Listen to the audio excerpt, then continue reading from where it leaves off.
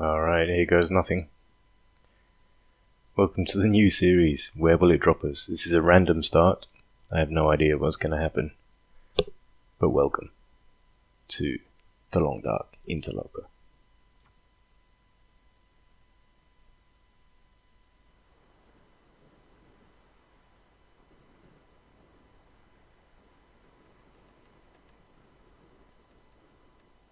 Okay. Where are we?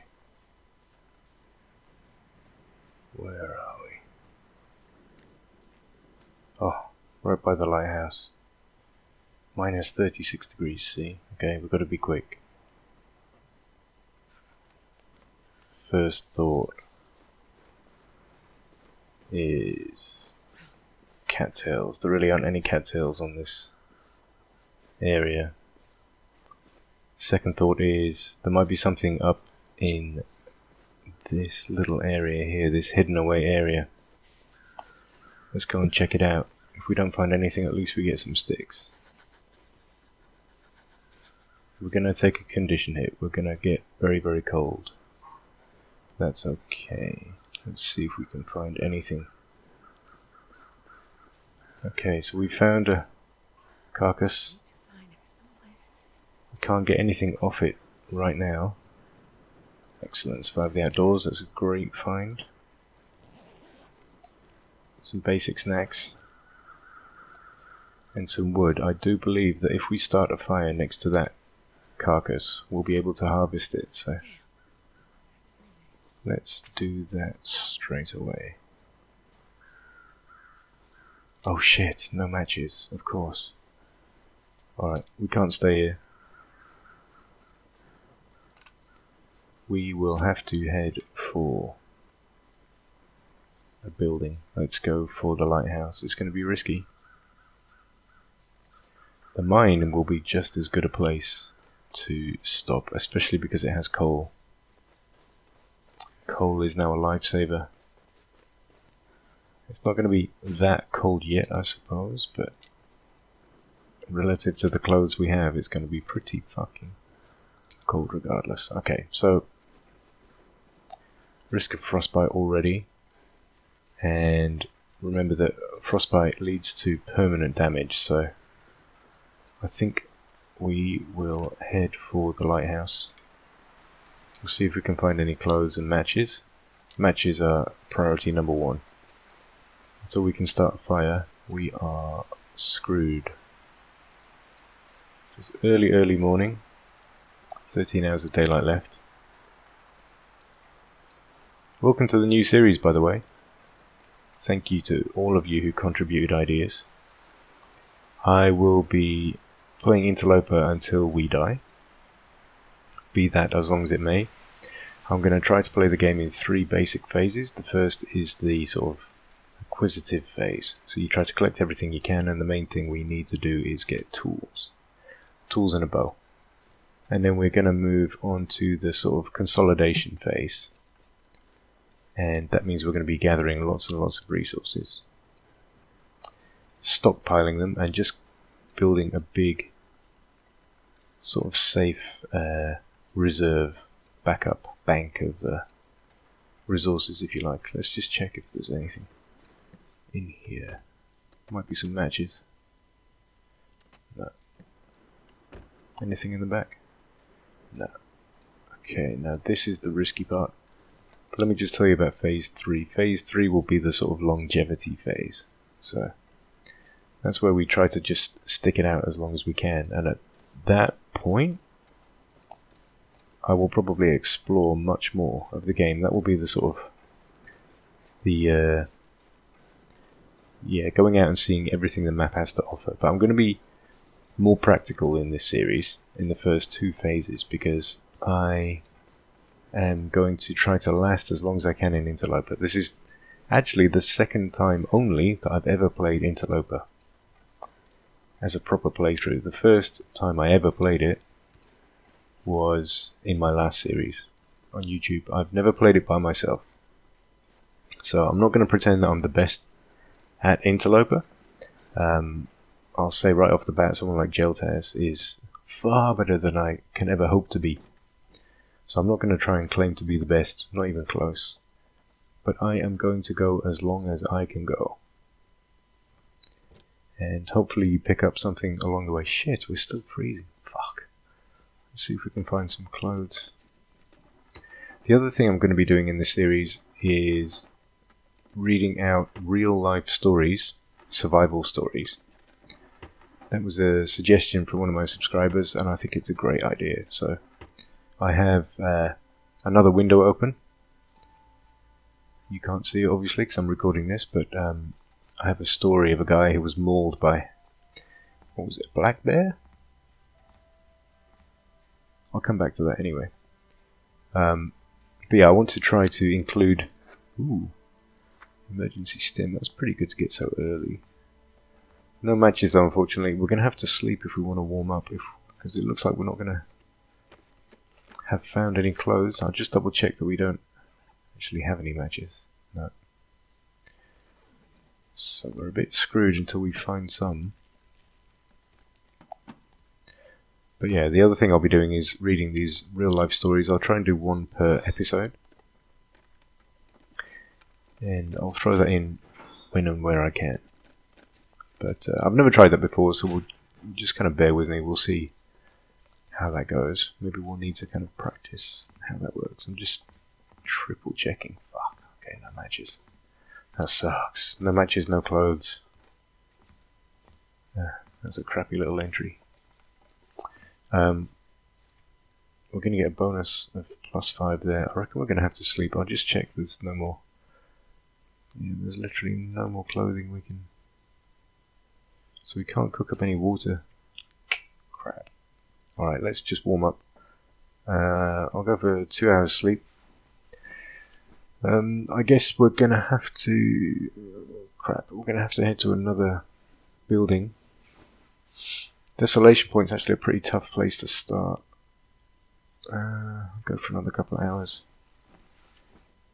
Because of food. Food's going to be a bit of a problem. This could be a really tough start. And we're not going to have any bedroll. I am going to head to the mine. Just in case there's something at the mine entrance that might be useful. And then we can kind of go by... Oh shit, is it cold? No, it's not too bad. -23.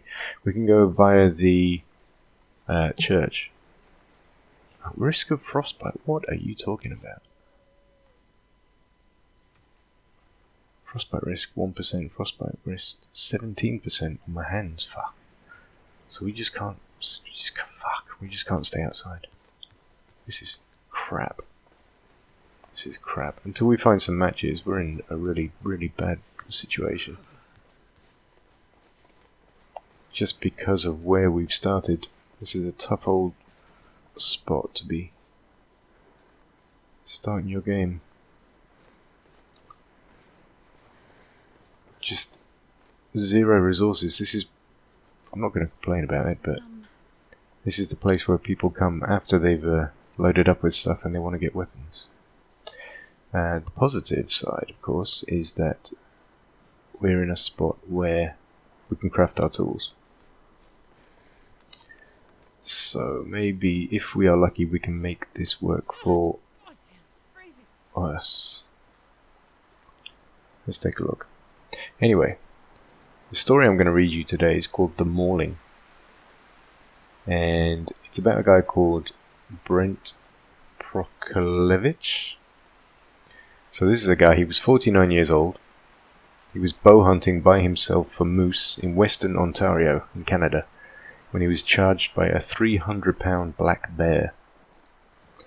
And these are his own words here. So, I flew into the outpost camp on Chase Lake on Saturday. My buddy Paul and his son had been there for a few days and would be guiding moose hunters for the next few days. The plan was for me to hunt on my own on Sunday and Monday in a spot Paul had scouted for me. Then, on Tuesday... Just pick up these sticks. Do 2 things at once. Then on Tuesday, when the clients had left, we'd hunt together. One of the first things I asked Paul and Kyle when I reached camp was if there are any bears in the area. He told me there aren't any.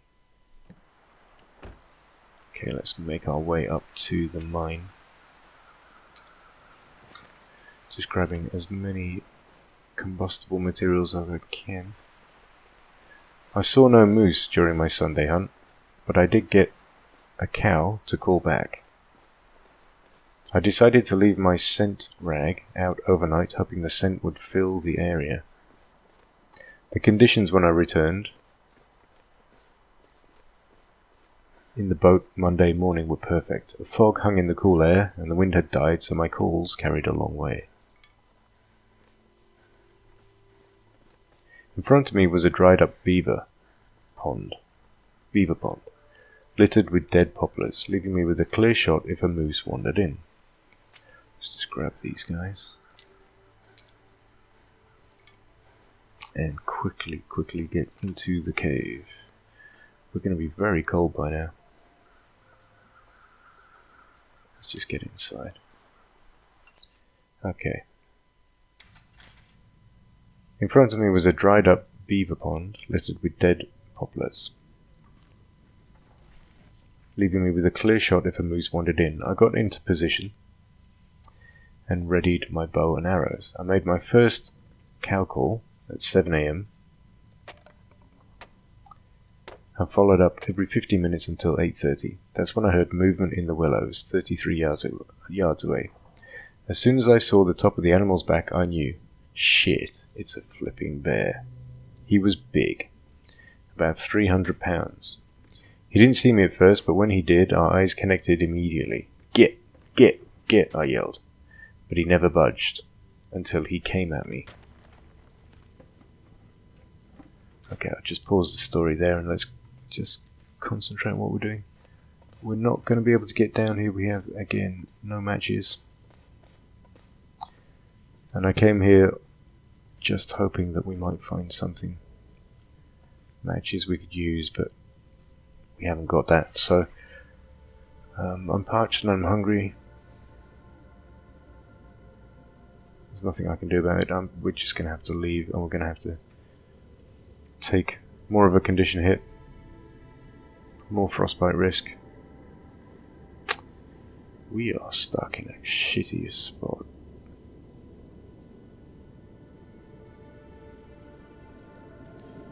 We are stuck in a shitty old spot. Holy crap. Okay. I need to have a little think about how we approach this now.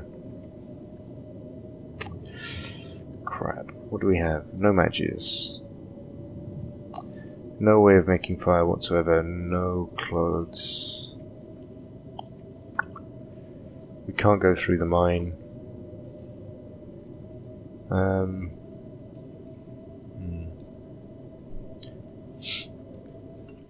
Fuck it. Let's just keep going. If we die early, I'll just take it as part of starting in this area, and we'll have another crack. Sometimes it is just dumb luck. Your conditions, your starting point makes a massive difference. And just what you find in that very early game can mean the difference between life and death. So let's just roll with it. I'll keep on gathering sticks.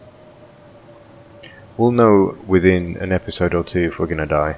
And if we do die, then so be it. We'll just start again. Or maybe you'll never see this.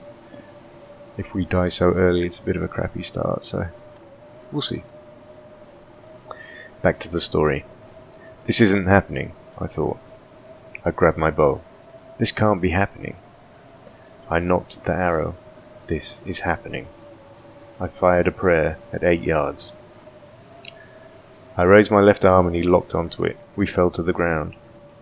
He had me on my back. But... Stick. When he let go of my arm, I managed to get up to my knees.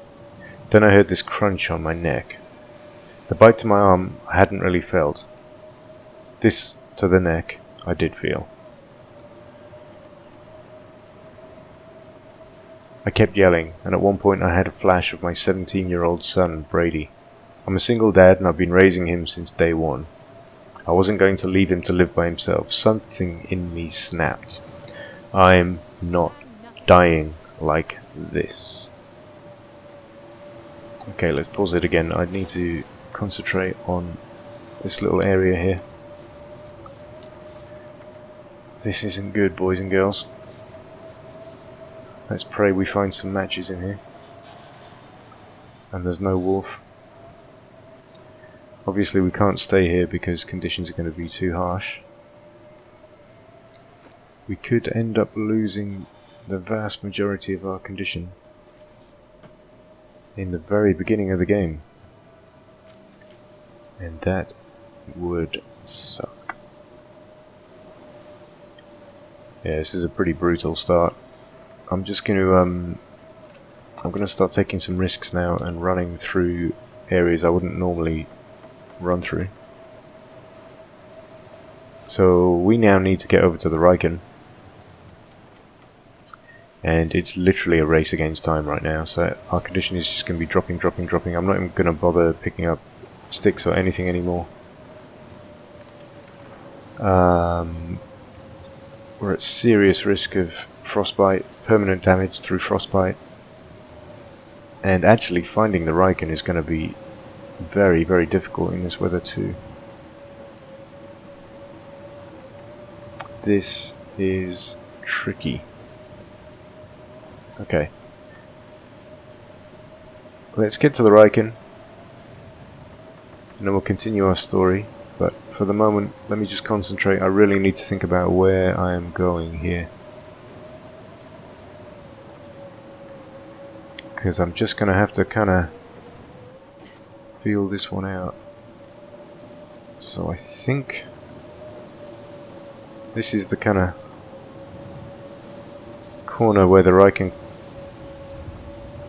is close to. If I lose sight of this, we're dead.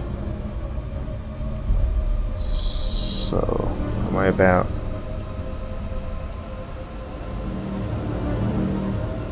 We have to kind of get this right. So I need to walk exactly dead ahead, straight ahead.